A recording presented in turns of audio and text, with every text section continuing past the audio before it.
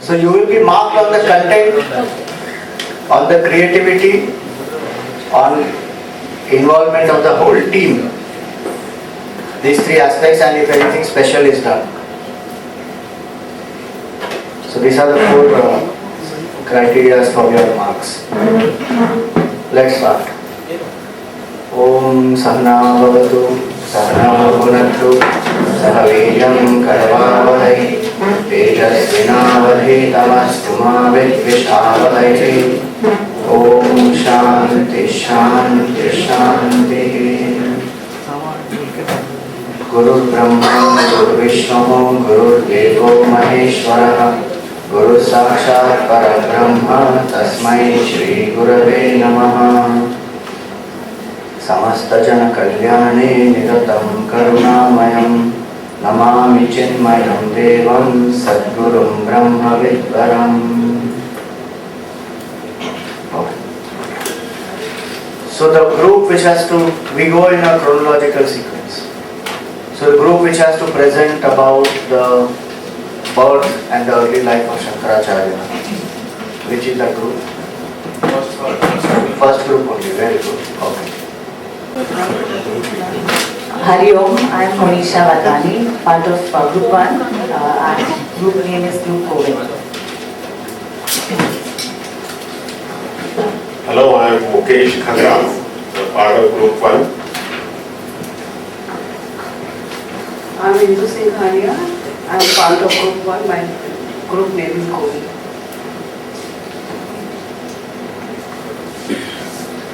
Rajesh Bafana. Neil Merchant. Hari Om. Varsha Dalal. Rio Vijay Gupta, part of Group 1. Govind. I think Neeta Ben Shah is missing from our group. And there's one Mr. Girish who is missing. Once they are here, maybe we'll introduce them as well.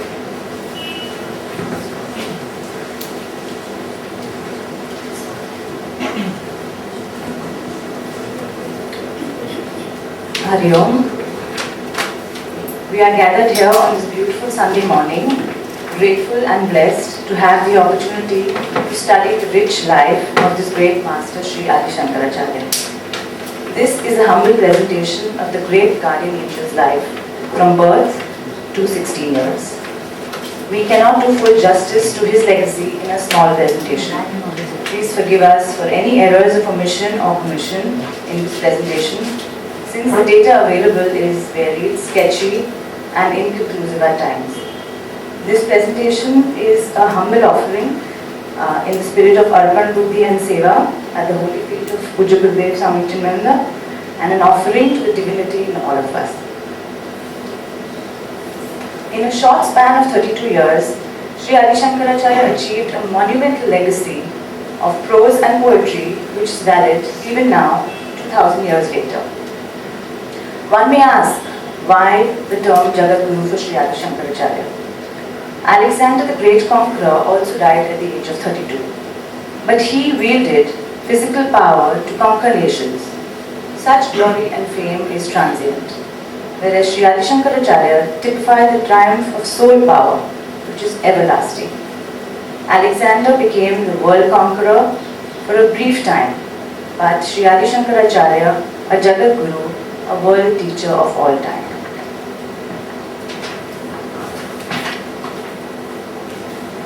Let's go back to the contents. The structure of the presentation is as follows. We will first discuss the background, divine descent of Sri Adi Sankaracharya, early years, significant divine events in his life, debates with other thinkers, and meeting with Saint Vyasa, which is at the age of 16 years, which is the scope of this presentation from birth to the age of 16 years.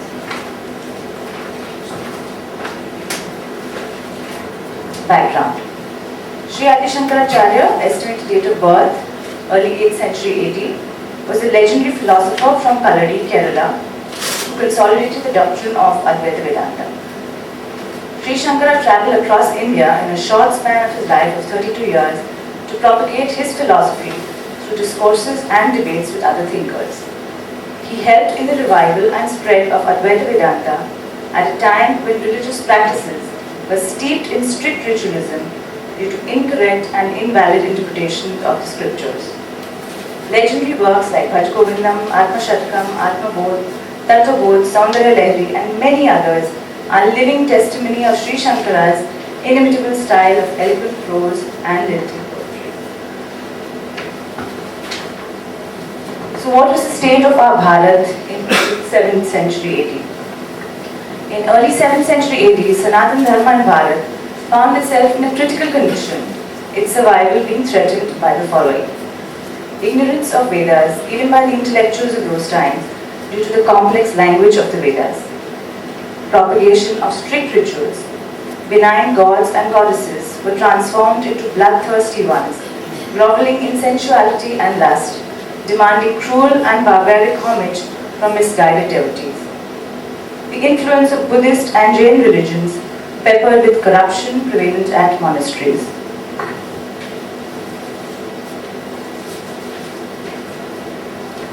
There is an ignorance of Sanskrit among majority of people. Foreign invasions by Greece, Turkey and other Middle Eastern countries. Many of the great kings like Ashoka and Harsha were attracted to other religions which are non-Vedic in nature.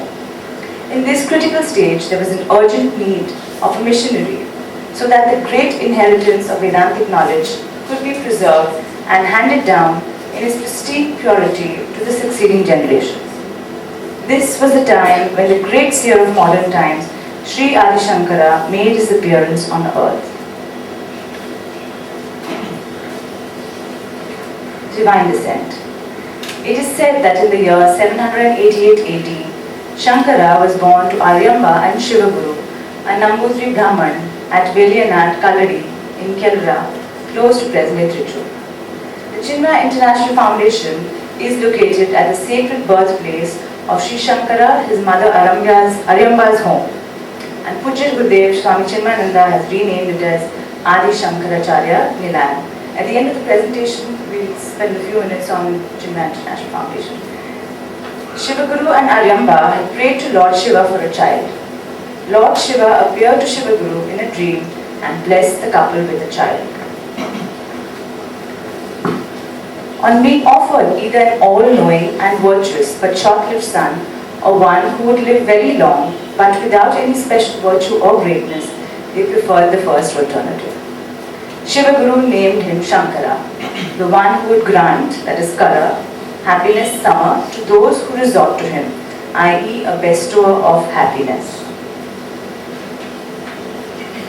In the early years, Shivaguru passed away when Sri Shankara was yet a child. His mother Aryamba brought him up.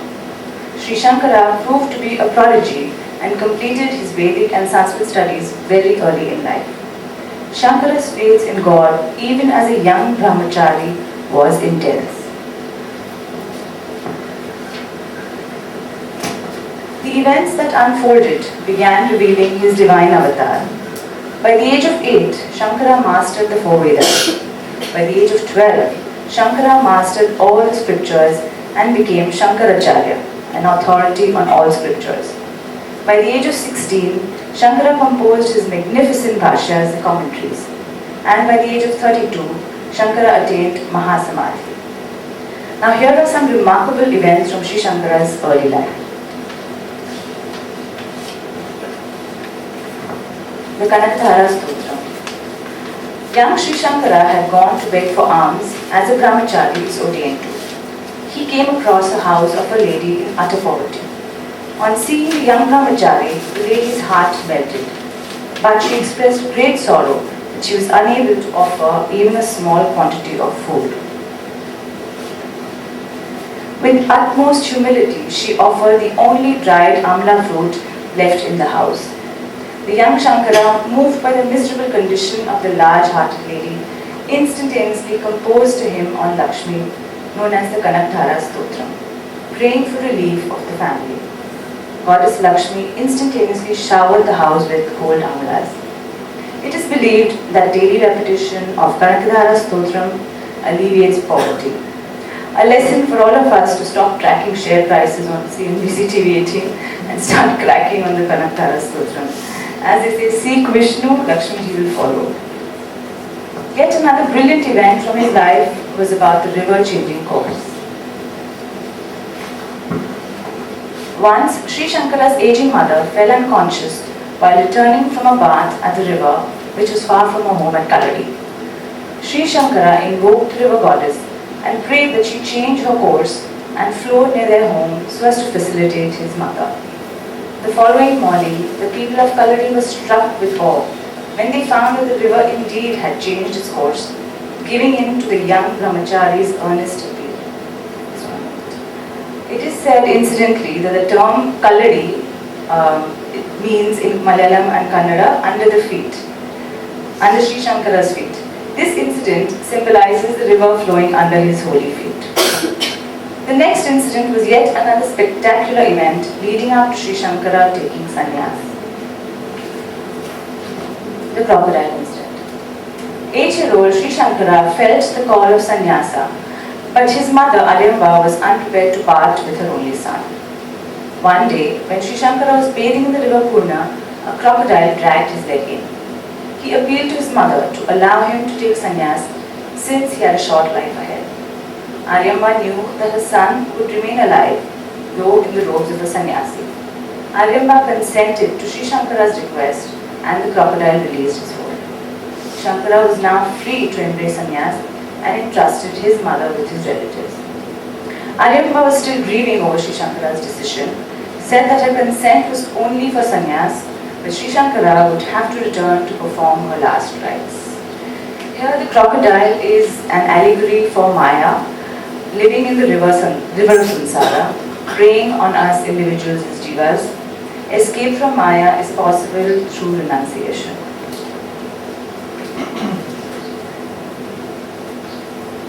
Meeting with Guru Govindam. 12-year-old Shankara left Kaladi in search of a guru. Despite having mastered all Shastras by then, Shankara resolved to seek a guru.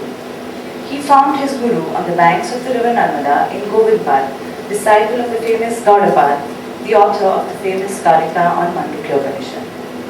Shankara praised the great sage, recalling the latter's previous birth as Sage Patanjali. Sri Govindam, deeply immersed in Samadhi, intuitively learned about the greatness of the visitor, got out of his supreme consciousness and asked, "Who are you?" To this, Shankara replied in terms of Dasa Shloki, the 10 verses, indicative of his great spiritual attainment. "I am neither the earth, nor water, nor fire, nor air, nor sky, nor any other properties. I am not the senses and even the mind. I am Shiva, the sense of consciousness." Hearing these words, pregnant with the spirit of non-dualistic consciousness, the sage was delighted and replied, "Through the power of Samadhi, I see that your Lord Shiva descended on earth." Sri Shankara prostrated at Guru Govind Pada's feet in deep reverence. The next interesting event was about the Narmada river flood.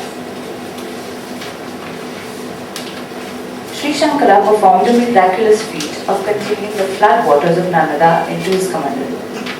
Guru Govind Pad was happy at this feat and blessed Sri Shankara. "Just as you contained the flood in your kamandalu, you should write the commentaries on scriptures, compressing into them the essence of all the Vedas." So in accordance with the Guru Shishya Parampara, the great Guru taught Sri Shankara the essence of Vedanta, that is the knowledge of Brahman through the 4 Mahavakyas. Prajnanam Brahman, consciousness is Brahman. Tattvamasi, that thou art. I am Atma Brahman, the self is Brahman.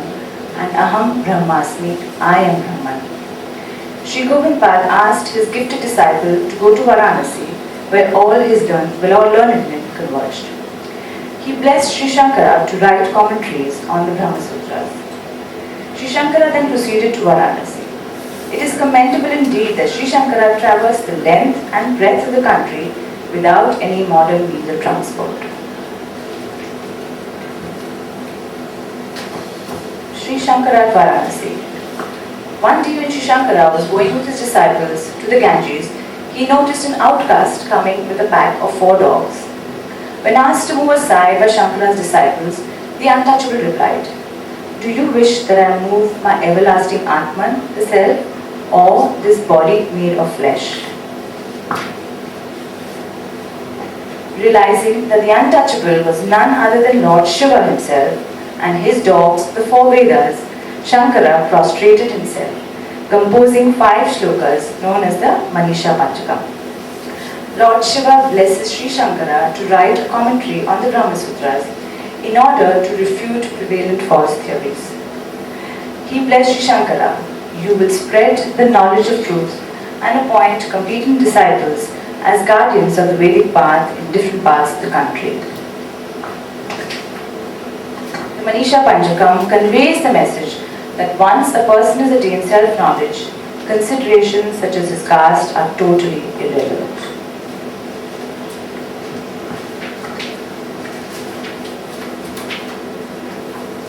Sri Shankara commences his legendary works now. During his stay in Varanasi, Sri Shankara wrote his commentaries on Gita, Upanishads and Brahma Sutras, which are the authorities on the Vedanta Shastras known as the Prasthanatraya. The Bhashyas, or the commentaries of Shankara, are monumental works covering the import of the Vedic teachings and supplemented with clear reasoning and lucid exposition. The system of Vedanta, which Shankara propounded through these works, is Advaita Vedanta or non-dualism. The next significant development in Sri Shankara's life was his meeting with his first disciple.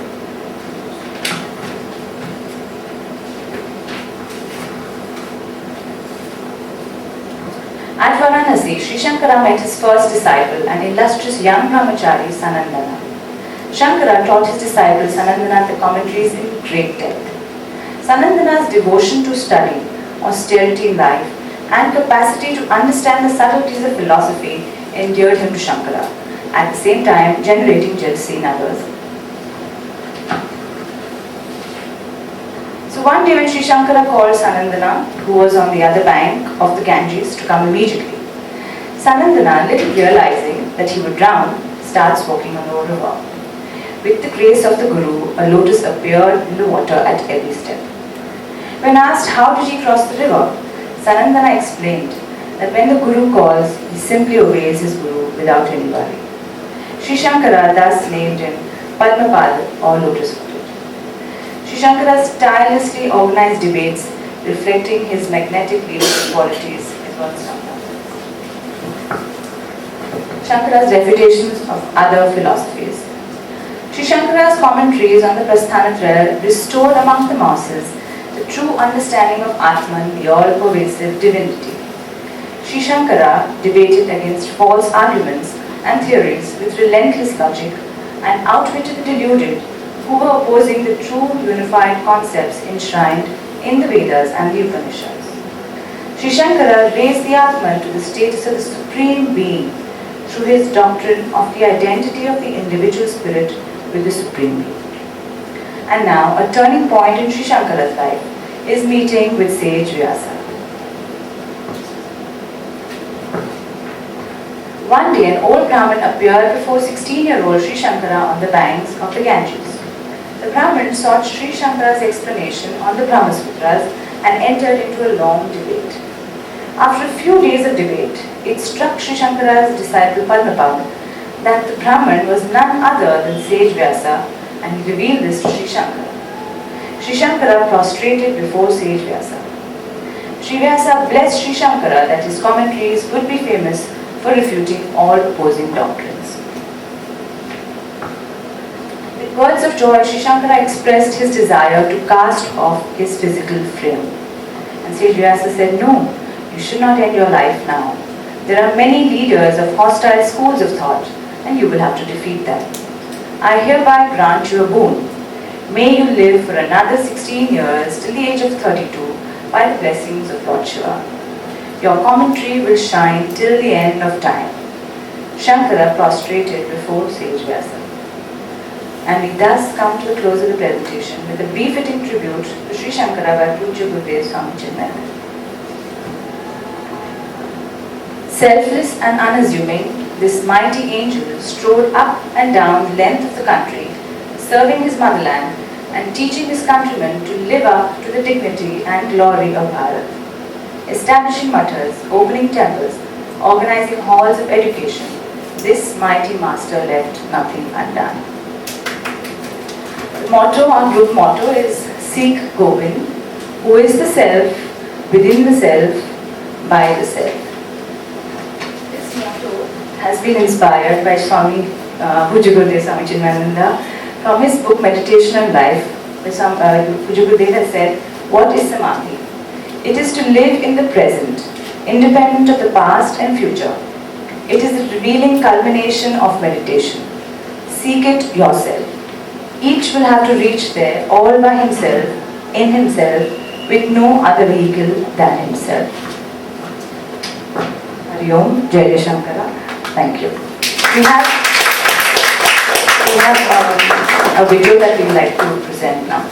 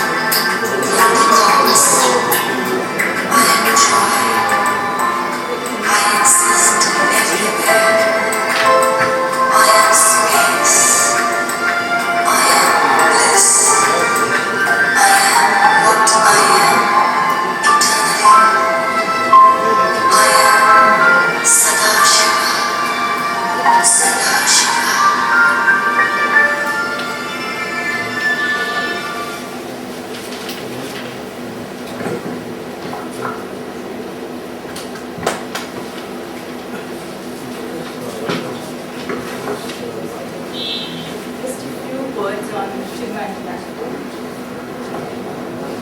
Hello.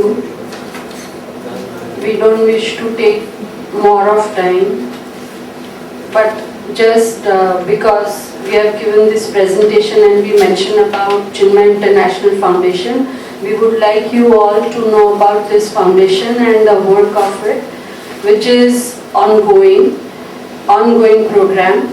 And according to as we all are coming to Chinmaya Mission, and it was Puja Gurudev's last project, it was his dream project where he wished that all of us, it was not just Chinmaya Mission, but as a countryman, a common man should know the power and the importance of our Indian culture, which is really vanishing, and if we don't preserve it for the generations to come, they would not know what their great culture was. So a beautiful work is going on over there, the research work, and we have an appeal, if you know any philanthropists who are really keen, we have big trusts in our country who do donate for this purpose. So if anybody knows, please contact any one of us and we'll give you all the literature and people can go there and give the presentation, because the work they are doing on Indology, even Indian government has supported it. Indian main universities, Indira University is also affiliated. We have Vedic maths, we have Bhagavad Gita course, e-courses. All these are e-courses, and whoever wishes to join these courses, they can join these courses also. So the great work is happening, and one big software is being written, which is going to change everything, whatever, in any Sanskrit scripture will be transcribed in any foreign language also.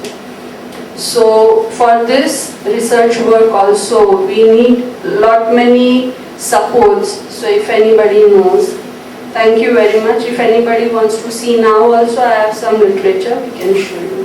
Thank you. Hari Om.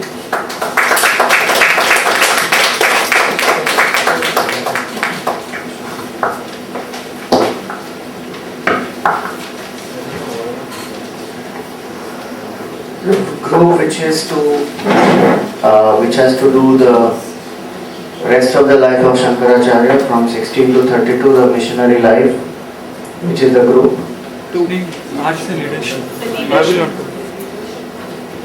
Yeah, that is the group number 2. During the leadership qualities of Sankaracharya. Okay, you can come up. Please do stick to the time. It's a very important issue. Hari Om. So this group's presentation is for 10 minutes. Many of you may be aware that we have this Upanishad Ganga which is happening every Sunday, the serial which we have made. So today is the last serial, the last episode. We made about 52 episodes.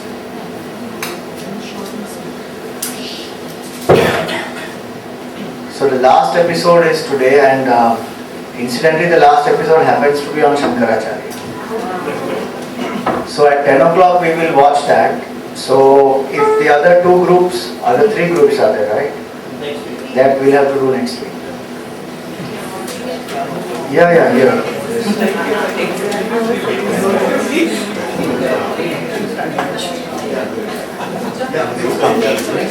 You ensure that you stick to that time, at 10 o'clock we need to see. Right. This was too long. This was very long. That was very first one was pretty. Actually, that presentation was that movie was not here. Yeah, time to the negative marking has been done. and they've also been irrelevant. They've also been irrelevant because from 0 to 16 they've gone up to 32. 16, no Veda Vyasa. First part has to be forgiven because that was trial. Then I'll give you marks. Rajesh, you don't need trial. Rajesh, you don't need trial. No, good effort, good effort. The effort was very good. So for that mark has been given, but for the time which is exceeded, mark has been minus 1. The law of karma is like that. Positive and negative don't cancel each other. You get positive, positive, negative, negative. What is the time? Time I said 15 minutes max. Hari Om, I'm Ajay Merchant, Group 2, Satrangi. Two of our members, Duru and Kavita, they can't be present, they're traveling. I'll introduce the rest of my group. Deepak Parma, Rita Pasani, Harsha Zaveri, Hari Om, Sanjay Rajpal. Tripti Doshi.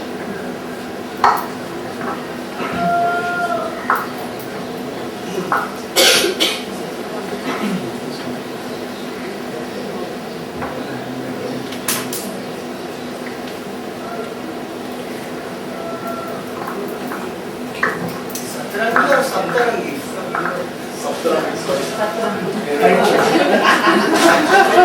sorry about that. I've been given the task of talking about the leadership qualities of Adi Sankaracharya. To speak about his leadership quality in 15 minutes is going to be very difficult, but I'm going to try and finish it because we don't want negative marks. I'll try and explain some of the important facets of his leadership quality. Please forgive me for some pronunciation because they're the old language and we probably not used to that. I'd like to quote the words of Pujya Guruji. Finite words can never hope to express the infinite. Language is a medium of communication between intellects. Therefore, words by themselves cannot express and communicate the knowledge of the Supreme Brahman.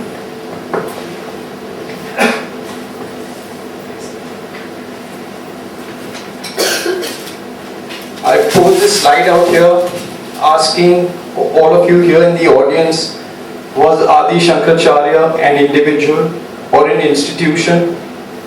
No person has achieved so much in such a little time. A study of scriptures is difficult to complete in one lifespan. Adi Sankaracharya not only studied them, he mastered them, wrote commentary on them, traveled the length and breadth of the country, met people from all walks of life and taught them. He completed all these tasks and attained Mahasamadhi at the age of 32. Something in lighter vein, if people have been reading the newspapers, there's this whole thing on Sanjay Dutt, he should be pardoned because he was very young, he was innocent, and at that age he did not know what he was doing, though he was with all these terrorists. He was 33 years old. My presentation covers his life and the leadership that he exhibited. Some of the part of the presentation may overlap with, I think the earlier presentation was very long, it covered a lot of things, so it may overlap with that. So, but I'm just going to lead into his leadership. Very quickly on his early days, it needs to be mentioned, leadership was something that he was born with.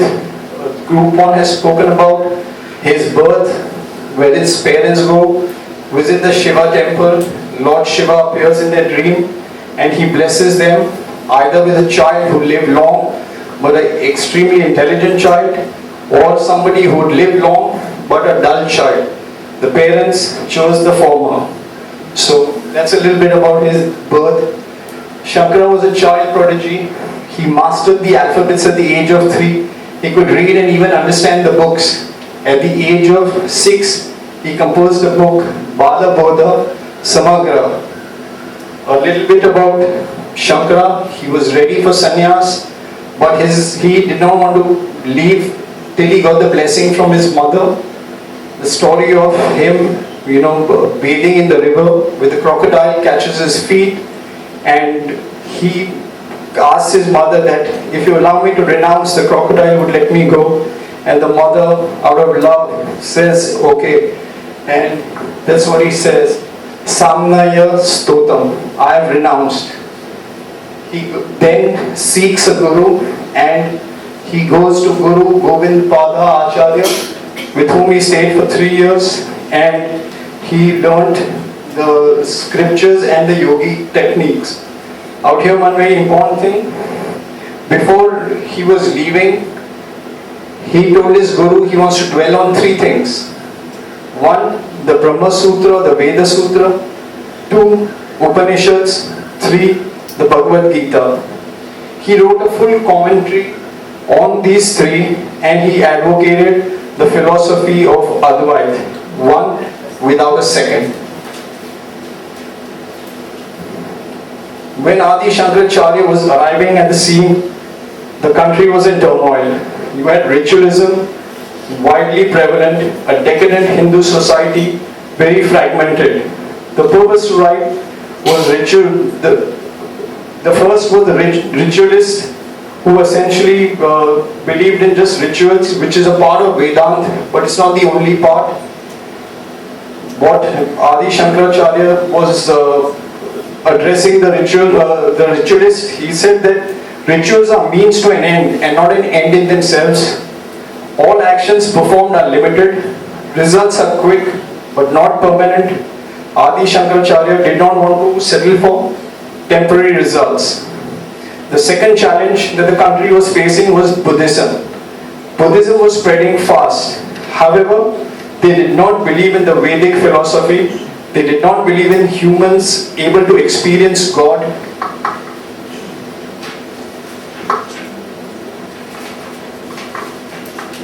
And they believed the world was empty, shunya, unreal. It was all an illusion. According to them, the concept of God was also man-made. The third school, which was prevalent when he arrived at the scene, were the non-believers, who were also known as the sweet-tongued people. They did not believe either in ritualism or Buddhism. They essentially believed in the Picasso, which is Pina, Khana, Sona, enjoy. That's it. Faced with all this, Adi Sankaracharya set about his work, and he had to tackle all these 3 schools of very diverse thinking and essentially advocate the Advaita philosophy across the country. The world as we perceive outside is not what really it is. Our experiences differ from person to person. Perception itself is limited because the senses themselves are limited. The rising of the pictures of outer objects and memories of the past experiences in the mind constitute perception. Therefore, Brahman is the only reality, which is what he's done, and the only means for self-realization. It is this doctrine which he was advocating, debating, discussing with people, which essentially inspired them, and it created a whole huge following for Adi Sankaracharya.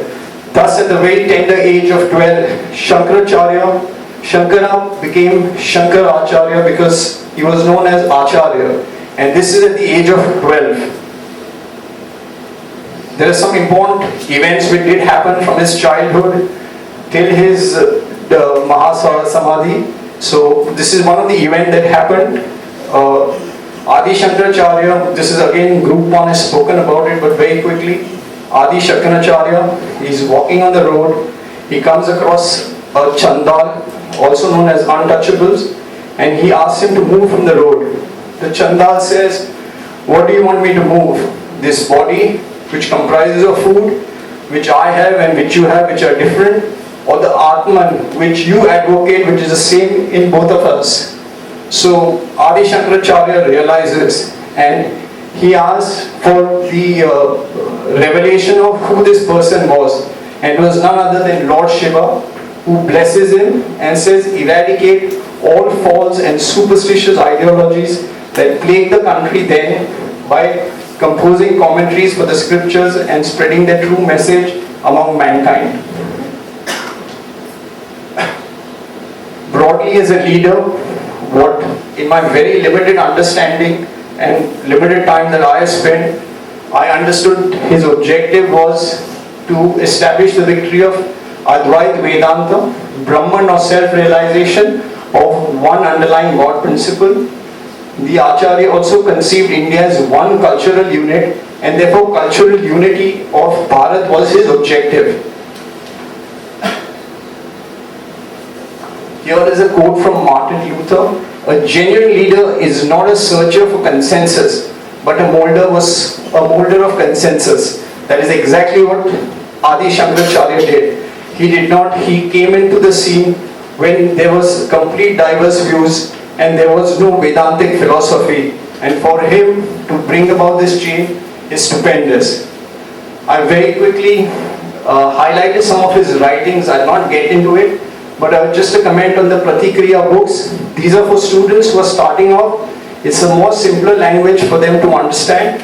And this is the breakup of the book that was available, in the material I researched. Very quickly, some of the tasks that he undertook, as we've already spoken about, writing was something that he did, explaining, constant travel from one place to another, winning over scholars of other systems of philosophy, winning confidence of people who believed that a true leader had come to revitalize Hinduism. In Gopran on the western seashore, established the victory of Advaita Vedanta over Saivism. In Sringeri, he established the Shraddha temple, the compassionate goddess of learning. In Kashmira, which is Kashmir, composed a book, Atma Shri Vigaranam, to bring disciples to their senses, which they seem to have lost. Composed a book on the Prapanka Saram for the Tantric followers. One more incident that did take place, again Group 1 spoke about it, that there was this Brahmin who kept coming and discussing the Vedanta at length, till his disciple pointed out that this Brahmin is no ordinary Brahmin, and it was revealed that he was none other than Ved-Vyasa. Ved-Vyasa expressed happiness with Shankara's correct interpretation of the Vedas, and he wanted Shankara to win over these people who were steeped into ritualism, and he has blessed them. He has blessed Adi Shankaracharya with another 16 years of life. This was one of the battles he did take on. I've written about it in detail, but very quickly. He was taking on the ritualist, where he went and he was to battle with Kumarila Bhatta. Kumarila Bhatta, however, was on a pyre when Adi Shankaracharya approached him, because he had to atone for learning the Buddhist philosophy without the knowledge of the Guru. So he was asked to go and essentially battle with Mandana Mishra and have a debate with him. He defeats Mandana Mishra in the battle, and Mandana's wife, Ubhaya, who was a moderator, challenged Adi Shankaracharya that to complete the victory, he should defeat her. She asked him questions related to the sexual congress between man and a woman, a subject which Shankaracharya has no knowledge since he was a true celebrant and a sannyasi. He asked for a 15-day recess, and he had, through his yogic powers, transformed his soul into his jiva into a dead king, and he learns the art of love making from two of the queens. The queens realize that it's somebody else and not their king, and they want their soldiers to destroy the body of a young sage who should be around. But before the soldiers can actually get there, Adi Shankaracharya re-enters his body, goes back, continues with the debate, defeats the wife, and gets both the husband and wife on the Advaita philosophy. This is one very important thing which did happen, which actually tells you the division of our country, the different philosophies that were prevalent, and how Adi Shankaracharya as a true leader overcomes all these hurdles. The Sarda Pita, which was known as the seat of highest learning in Kashmir, it had 4 gates, and at each of the gates there were these Panditas who were extremely knowledgeable in different philosophies. These are the philosophies which I have highlighted. So when he enters gate 1, the Panditas debate on the Nyaya and the Vaisarika philosophy. Adi Shankaracharya defeats them, goes to gate 2. Gate 2, the Panditas with the Samkhya and the Patanjali Yoga are there, He has a debate with them, overcomes them to gate 3. Gate 3, the Jains and the Buddhist philosophy, which also he overcomes, and similarly the Purva Mimamsa, and ascends the throne. This is just symbolic, not the real throne, but that's where he ascends. I've just drawn a map for people out here to understand in perspective. In those, just 1700, and Sankaracharya was 788. But just to show you that the entire Bharat or India was from the Himalayas to Kanyakumari, from Kamarupa to Gandhar, which is Assam, Afghanistan.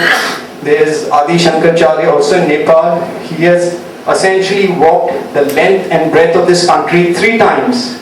3 times on bullock carts and walking, covered it in this span of 16 years, and essentially met with Panditas, people from all walks of life, to eradicate all false values, philosophical systems, to revive Hinduism. He debated and visited a lot of temples. He instructed priests of worship and administration. He also composed a lot of hymns where he visited. Since we're going to study Bhaja Govindam, a very quick slide, part of his leadership, he comes across this old man who's reciting the rules of grammar, and Adi Sankaracharya, he breaks into a poem of what use is the rules of grammar when you're going to die. You know, so a very quick slide of the succession plan. He established the 4 mutts which are out here. I won't read into it. Established the parampara of Guru through a systematic training. He established the GPS, which is the Guru Shishya Parampara. He was very, very particular in terms of the attributes of students. And but it's called GPS, it's a part of the Chinmaya presentation, which is there, the reference. And gave his disciple Dasa Sloki again, because before he was going to attain Mahasamadhi, they wanted some instructions from him. So he again recited it, which is the essence of all Vedantic teaching. He was a far-sighted statesman, down to earth. This is a shot of his Samadhi of Adi Sankaracharya. He was born 788, 820. I posed the question, was he an individual, was he an institution? No, he was just an incarnation of Shiva. These are the reference material which are researched. This is video from Swami Ishwarananda where the GPS is, so I pulled it from there. Thank you.